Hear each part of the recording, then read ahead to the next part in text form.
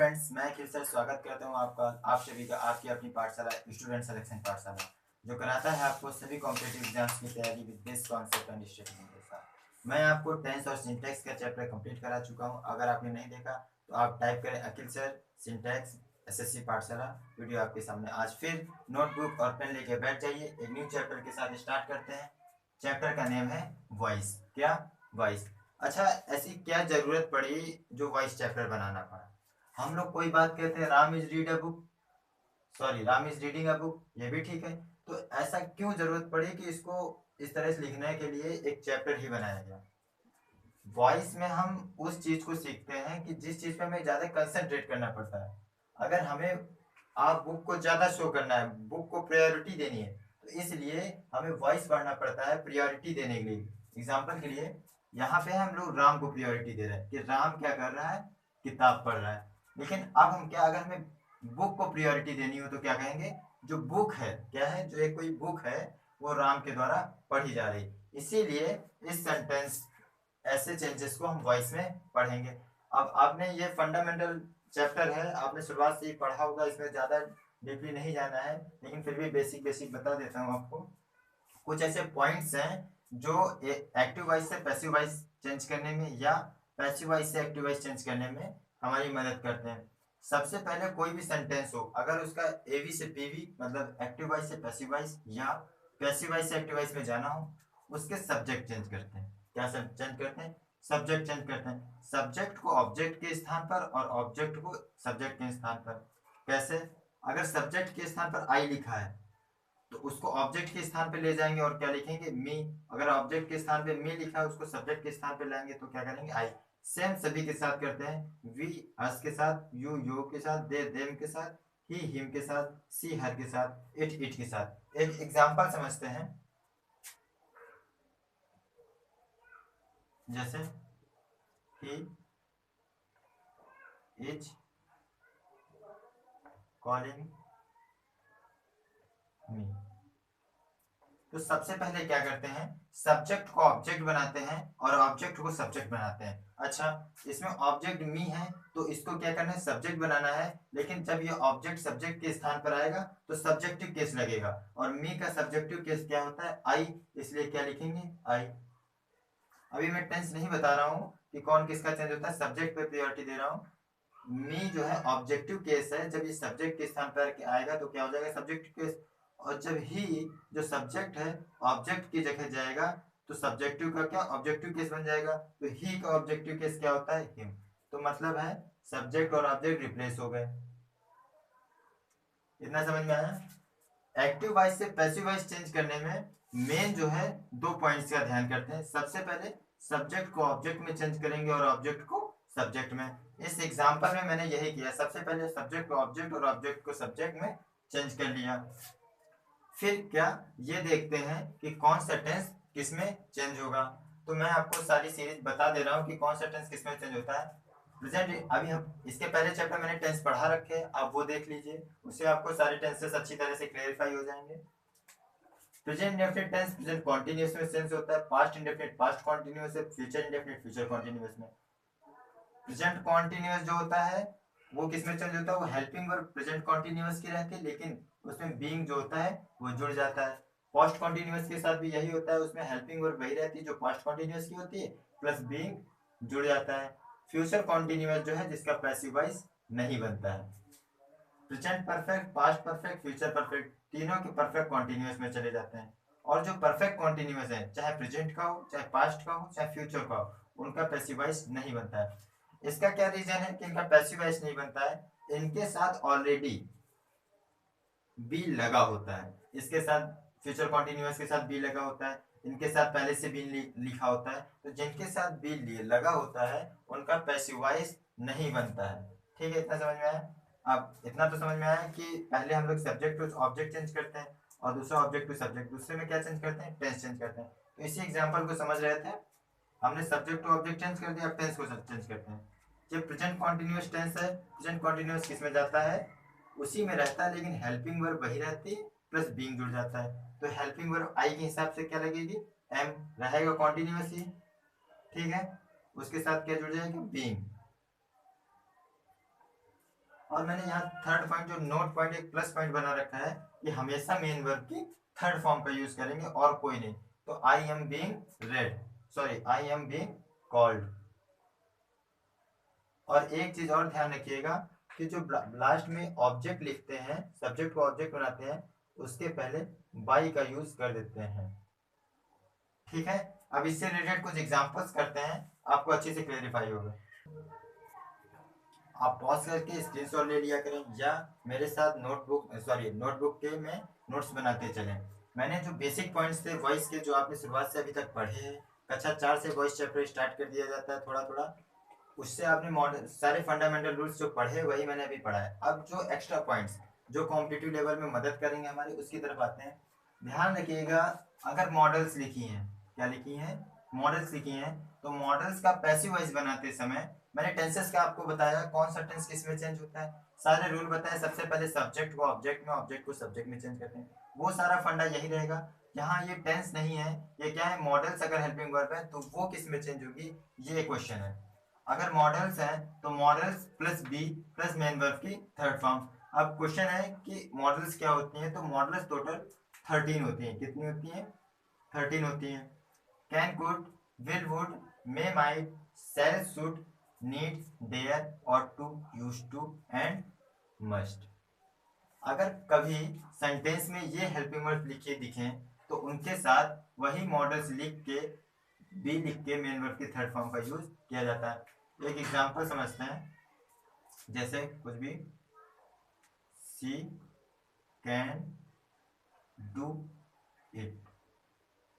सबसे पहले मैंने बताया पैसिव वॉइस बनाते समय किन बातों का ध्यान रखते हैं। सबसे पहले सब्जेक्ट को ऑब्जेक्ट बनाते हैं और ऑब्जेक्ट को सब्जेक्ट बनाते हैं, तो सबसे पहले यही करते हैं। इट को सब्जेक्ट बना लीजिए, मैंने जो अभी एक श्रेणी बताई थी, एक सीरीज दिखाई थी, उसमें सब्जेक्ट और ऑब्जेक्टिव केस बताए थे, तो इट का इट ही रहेगा और सी का क्या हो जाएगा, हर हो जाएगा। और मैंने बताया कि जो सब्जेक्ट और ऑब्जेक्ट बनाते हैं उसके पहले क्या करते हैं, बाई का यूज कर लेते हैं। ये तो हो गया। अब क्या करते हैं, टेंस को चेंज करते हैं, लेकिन ये यहाँ टेंस तो है नहीं, यहाँ क्या है, मॉडल है। तो मॉडल को पैसिव वॉइस बनाते समय क्या करते हैं, उसके साथ बी जोड़ देते हैं, तो इट कैन बी। और ये भी बताया था कि वर्ब की हमेशा थर्ड फॉर्म का यूज होता है। क्या होता है, वर्ब की हमेशा थर्ड फॉर्म का यूज होता है। It can be done by हर। मैंने जो आपको रूल बताया उसी से पूरे एक्टिव वॉइस और पैसिव वॉइस होंगे। वहां भी हमने टेंस से रिलेटेड बताया, यहाँ मॉडल से रिलेटेड बताते हैं। और एक दो एग्जांपल समझते हैं, जैसे you will go to school. ठीक है, you will go to school, तो इसका ऑब्जेक्टिव क्या बनेगा, सॉरी इसका पैसिव वॉइस क्या बनेगा।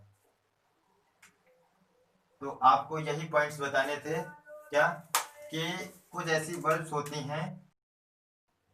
मैं आपको ये एग्जांपल बता रहा था कि you will go to school, तो इसका पैसिव वॉइस क्या बनेगा। मैंने ये एग्जांपल इसीलिए बीच में लाया हूँ कि इससे रिलेटेड कुछ पॉइंट्स बताने हैं। कुछ इंट्रांसिटिव वर्ब्स होती हैं, जैसे कम, गो, डिग, ब्रेकआउट। तो अगर ये मेन वर्ब्स लगी हैं, इंट्रांसिटिव वर्ब्स हैं, तो इनका पैसिव वॉइस नहीं बनता है। इंट्रांसिटिव वर्ब्स का मतलब है जो काम अपने आप होता है, किसी के द्वारा कराया नहीं जाता। ठीक है, तो उनका पैसिव वॉइस नहीं बनता, तो इसका पैसिव वॉइस नहीं बनेगा। ठीक है, दूसरा एग्जांपल समझते हैं, जैसे Ram has read Ramayana, Ram has read the Ramayana. तो समझिएगा, हमने सबसे पहले क्या किया, सब्जेक्ट को ऑब्जेक्ट के स्थान पे ले गए और ऑब्जेक्ट को सब्जेक्ट के स्थान पे लाए। सबसे पहला रूल यही बताया था। उसके बाद क्या करते हैं, टेंस को चेंज करते हैं। तो ये प्रेजेंट परफेक्ट टेंस है, इसको क्या किया कि प्रेजेंट परफेक्ट कॉन्टिन्यूअस में चेंज किया। प्रेजेंट परफेक्ट कॉन्टिन्यूअस में क्या करते हैं, हैज, हैव बीन लग जाता है उसमें। और हमने ये भी बताया कि हमेशा मेन वर्ब की थर्ड फॉर्म का यूज करते हैं, तो इसलिए क्या करेंगे, रेड कर देंगे। ठीक है, अब इसके आगे समझते हैं।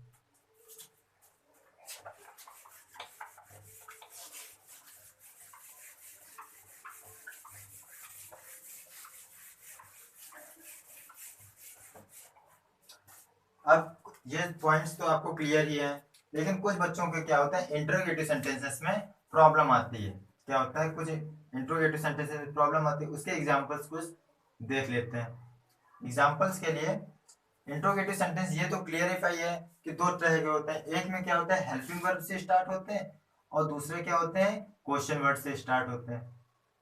दोनों तरह के एग्जांपल्स एक दो समझते हैं। अगर इससे रिलेटेड आप प्रॉब्लम चाहते हैं तो अपनी आप ईमेल कमेंट कर दें या व्हाट्सएप नंबर कमेंट कर दें, जिससे मैं आपको ग्रुप में जोड़ लूंगा। ठीक है, अब दोनों तरह के एग्जांपल समझते हैं। कोई एग्जांपल बताइए, जैसे कि हैड सॉरी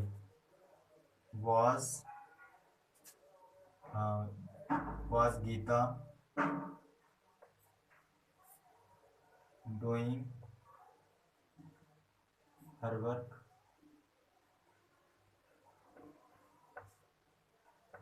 तो ऐसे इंट्रीगेटिव सेंटेंसेस को पैसिवाइज बनाते समय कोई वो नहीं करना है, सब वही रहता है। उस जो पैसिवाइज बनेगा वो भी इंट्रोगेटिव में ही रहेगा। सबसे पहले क्या करना है कि सब्जेक्ट को ऑब्जेक्ट और ऑब्जेक्ट को सब्जेक्ट बनाना है। तो ये गीता है और ये हर वर्क है, तो इसमें से कोई भी एक उठा लेते हैं। हर दो ऑब्जेक्ट हैं तो कोई एक ऑब्जेक्ट उठा लेते हैं हर। तो हर को जब सॉरी पूरा उठाना पड़ेगा, देखते हैं एक मिनट। पैसिवाइज कुछ भी बनाना हो चाहे इंट्रोगेटिव का कुछ भी, रूल वही ध्यान रखेंगे, ऑब्जेक्ट को सब्जेक्ट बनाना और सब्जेक्ट को ऑब्जेक्ट बनाना। यहाँ ऑब्जेक्ट क्या है हर वर्ग, तो क्या लिख लेंगे हर वर्ग। ठीक है, और सब्जेक्ट को क्या ले जाना है ऑब्जेक्ट के स्थान पर, तो क्या लिखेंगे गीता। लेकिन उसके पहले क्या लिख देते हैं बाय। उसके बाद क्या करते हैं टेंस को चेंज करते हैं। प्रेजेंट कॉन्टिन्यूअस का इंट्रोगेटिव है तो प्रेजेंट इसमें क्या होता है कि हेल्पिंग और वही रहती है प्लस बीइंग जुड़ जाता है। तो वाज हर वर्क है तो वाज ही रहेगा और इसके साथ बीइंग जुड़ जाएगा, वाज हर वर्क बीइंग। और ध्यान रखिए पैसिव वॉइस में हमेशा मेन वर्ब की थर्ड फॉर्म का यूज करते हैं, मतलब डन। डू की थर्ड फॉर्म क्या हो जाएगी डन बाय गीता। इतना समझ में आया। दूसरा एग्जांपल समझते हैं, जैसे कि लिखा है has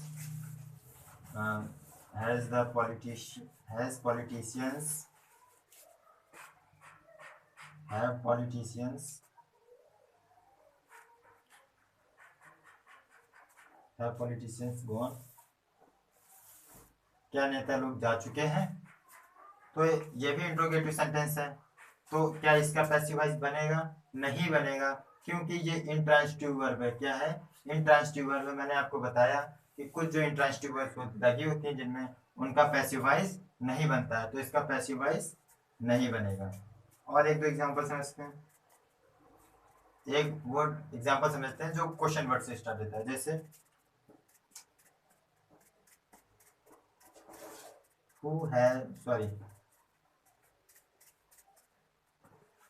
what are you doing।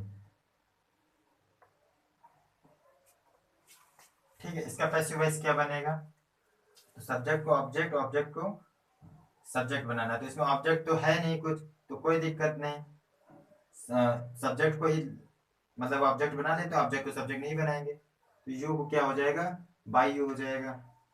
क्या हो जाएगा बाय यू हो जाएगा। अब क्या करें टेंस, जो क्वेश्चन वर्ड है वो वही लिखा रहेगा, वाट हो जाएगा। अब क्या करेंगे टेंस को चेंज करेंगे। ये कॉन्टिन्यूअस टेंस है, कॉन्टिन्यूअस का इंट्रोगेटिव, ये इंट्रोगेटिव ही रहेगा, लेकिन कॉन्टिन्यूअस क्या क्या होता है हेल्पिंग और वही लगी रहती है और बीइंग जुड़ जाता है। तो व्हाट इज बीइंग क्या हो जाएगा इज बीइंग। क्यों, क्योंकि अब जो सब्जेक्ट है वो ऑब्जेक्ट का स्थान ले चुका है और सब्जेक्ट इसमें कुछ नहीं है, तो व्हाट इज बीइंग और मेन वर्ब की थर्ड फॉर्म लग जाएगी, डू की थर्ड फॉर्म क्या होती है what is being done by you. ठीक है, इतना समझ में आया। इसके बाद कुछ और एसेंशियल पॉइंट्स हम आगे पढ़ेंगे नेक्स्ट वीडियो में। आज के लिए इतना ही। एग्जांपल्स आप नोट करते चलिए और जो कॉन्सेप्ट बताए वो नोट कर चलिए। अभी इसके आगे बहुत से एसेंशियल पॉइंट्स है जो आपको बताना है। तो अगर आपके इससे प्रैक्टिस से रिलेटेड प्रॉब्लम्स चाहिए तो अपनी ईमेल नंबर कमेंट कर दीजिए, जिससे मैं आपको व्हाट्सएप ग्रुप में ऐड कर दूंगा। Thank you for and like subscribe. Thank you.